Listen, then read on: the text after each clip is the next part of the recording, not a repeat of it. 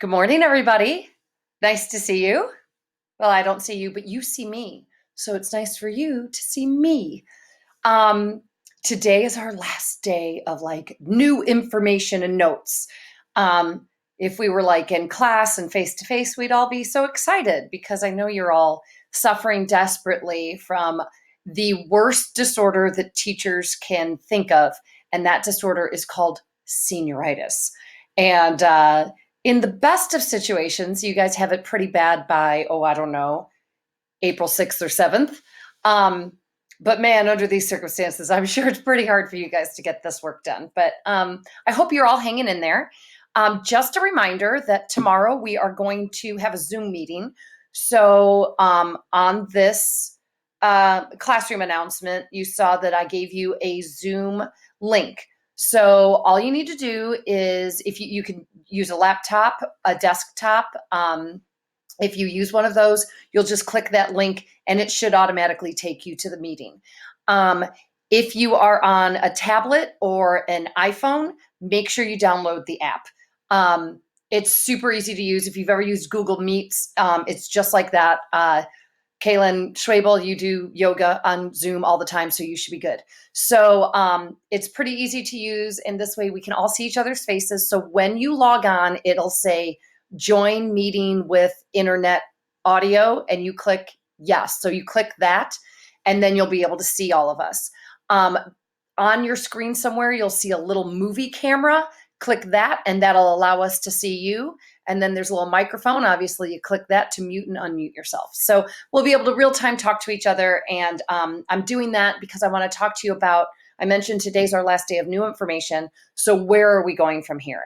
I sent you an email yesterday about the changes of the AP test. I sent it to your parents as well. And that was just kind of a real quick bit of information, but I want to have a conversation with you guys about it because I'm telling you what, this is the year to take the AP test. It is going to be easier to get credit this year, I think, than any other year. So I want to kind of prepare you for that.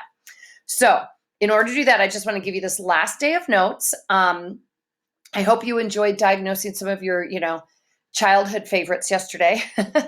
And today I want to talk to you about treatments. And some of you, as I give you these notes, are going to say, man, this would have been helpful to do this before the other activity, but that's okay. I did that on purpose because it creates a little curiosity in your brain and it'll land a little bit better.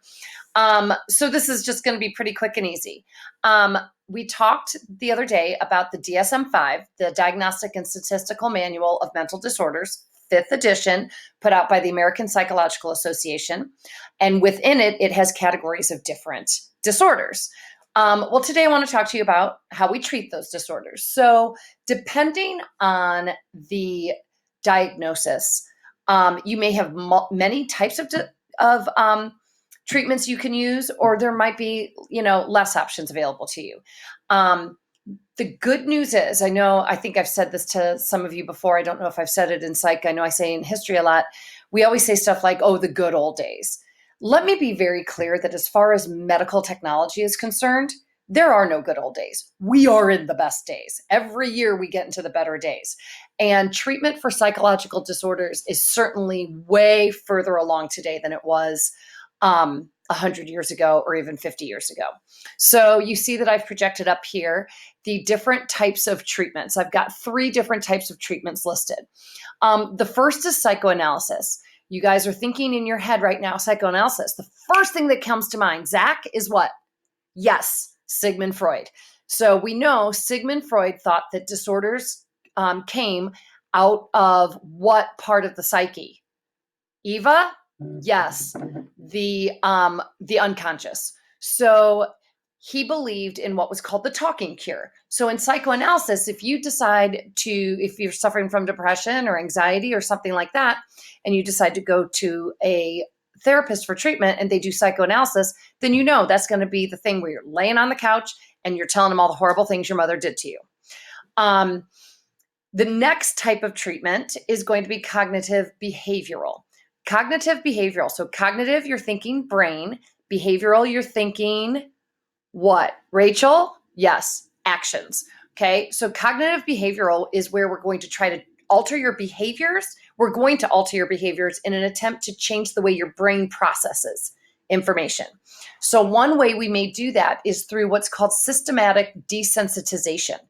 This is particularly helpful for addictions, eating disorders, um, anxiety. So if somebody, for example, has a fear of spiders, arachnophobia, what they might do is slowly but surely, put little furry black things around them and have them be sweet and, cuddly or whatever, maybe a stuffed spider, which do they make those? That'd be awful. But slowly but surely they'd start with maybe a stuffed spider, then maybe a dead spider, then maybe a live spider and they slowly desensitize you step by step to whatever the major issue is. This can be very, like I said, helpful with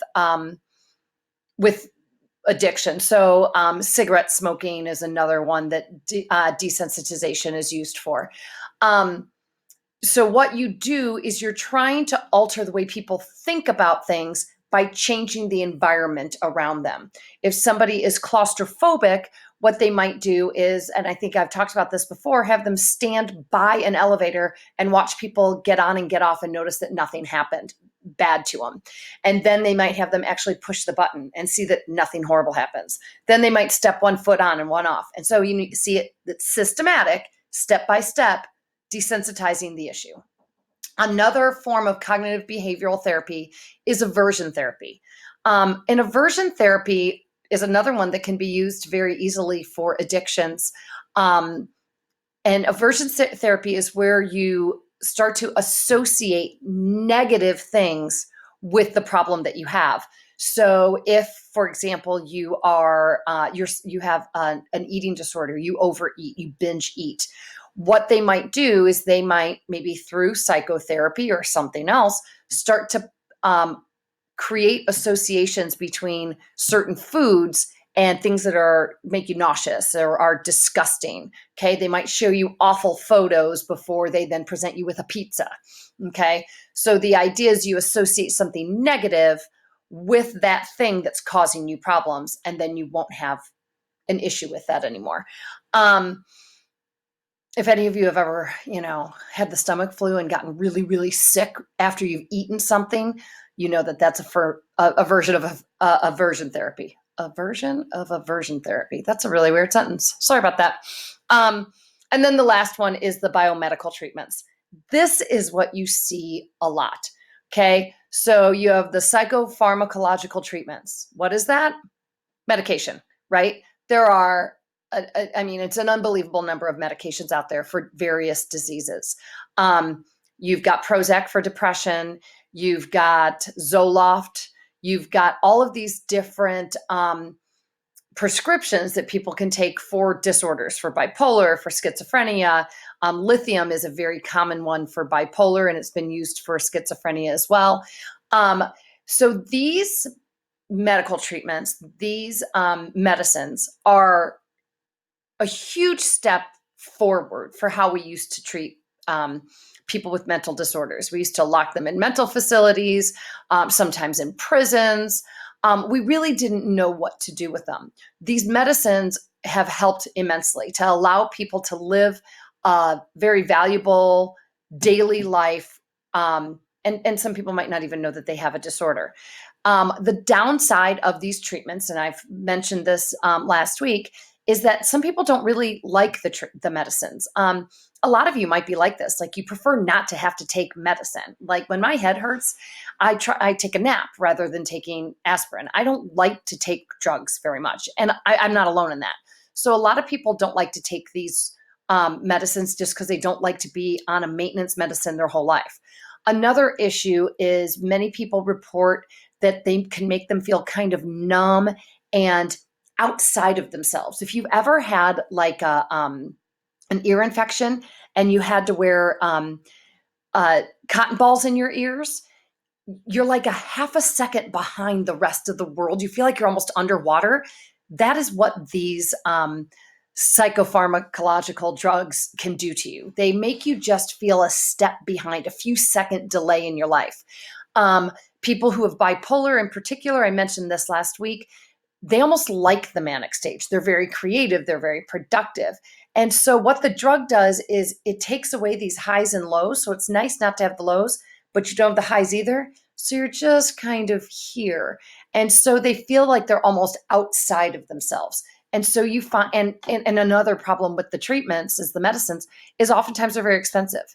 If you don't have good medical coverage, medical insurance, it might be too much money for you to be able to have these treatments. So we have a lot of people with severe mental illness that go without their medicines. A very invasive form of biomedical treatment is electroconvulsive therapy. We also call this shock therapy. Again, you guys saw A Beautiful Mind in Health your freshman year. You saw him get this shock therapy. And what they believe, and they do, believe it or not, still do shock therapy. It is kind of more of a last resort.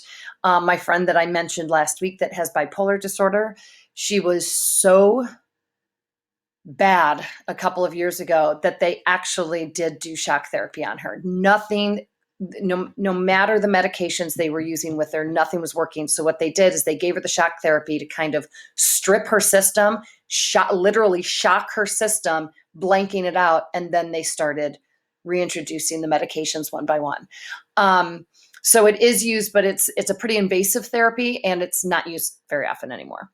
Now the different forms, so these are the types of treatment: your psychoanalysis, your cognitive behavioral, and then your biomedical.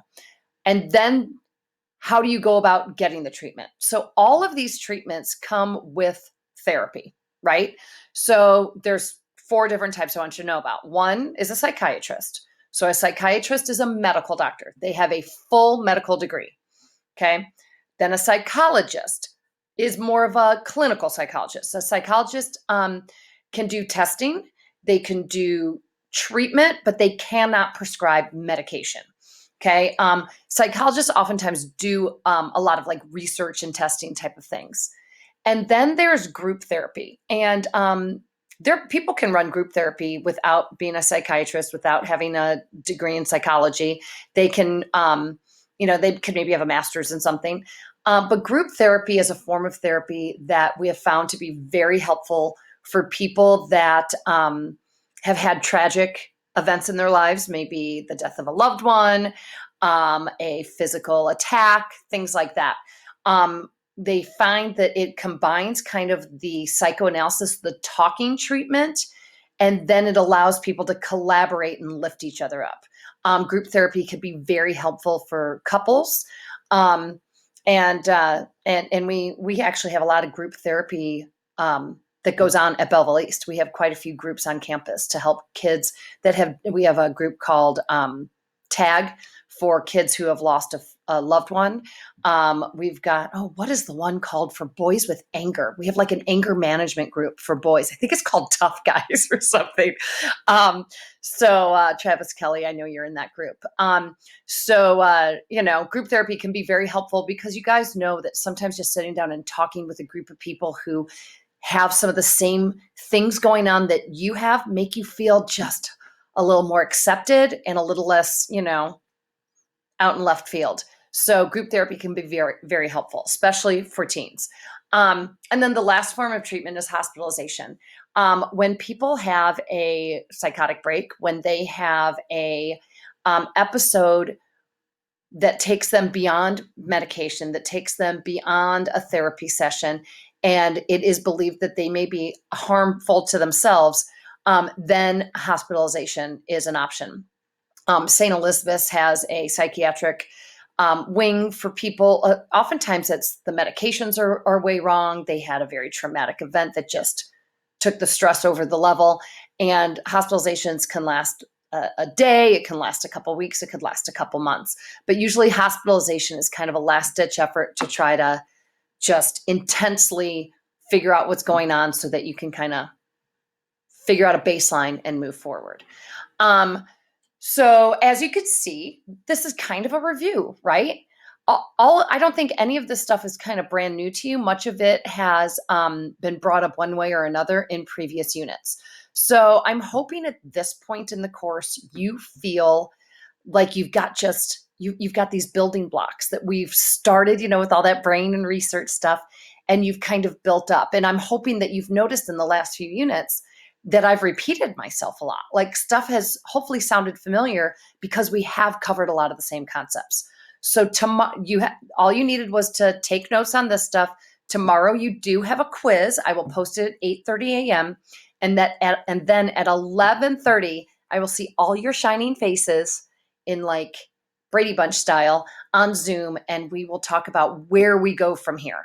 Okay, so take the quiz in the morning, and then we'll have a conversation, and then it's spring break. Woo! All right. I will talk to you all later. I look forward to seeing your lovely faces on Wednesday. Take care.